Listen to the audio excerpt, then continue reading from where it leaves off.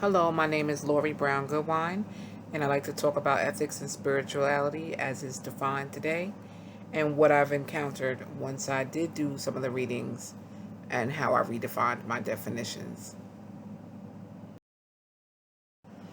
My original definitions of ethics and spirituality is based upon really my own personal experiences. I didn't look up anything in the definitions or online.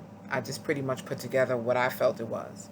So ethics to me is based on the morals and principles that govern the way we think, react, and behave in all situations. Being able to determine right from wrong. Spirituality to me, it doesn't have to be based on religion, but should affect the spirit and be of non-material items or gain. So, but in my case, because I am a Christian and a lot of my spirituality is based on religion, this does have an effect on what I think about spirituality. When I think of ethics, I think of right and wrong. That's the first thing that comes to mind.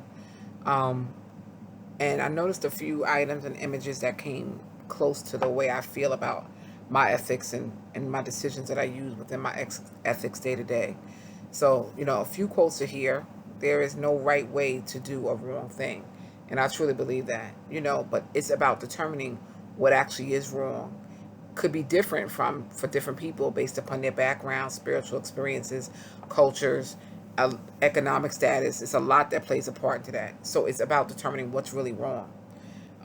There's another quote here I use where people of poor character tend to blame their choices on circumstances. Ethical people make good choices regardless of the circumstances. If they make enough good choices, they begin to create better conditions for themselves. And this is something that I truly believe and live by.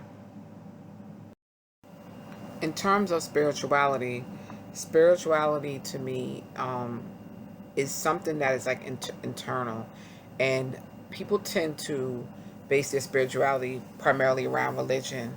But in later years, it came to be that not everybody has a religion that they choose that causes them to be a spiritual being.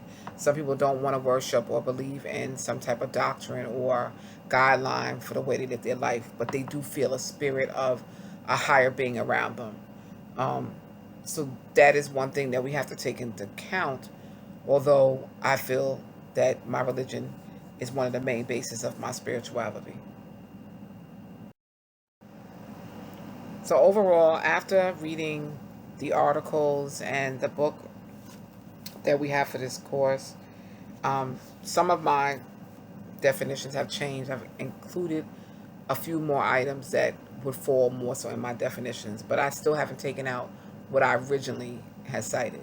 So as you can see, to me, my ethics, my values, my spirituality all come together. And that's inclusive of God, family, religion, my friends, society, and my profession. And I utilize my ethics every day in these different areas. Um, and it leads to decisions that I make on the workplace, amongst my friends, with my family, when I'm dealing with church and religion, and how I raise my son. So all these things come into play.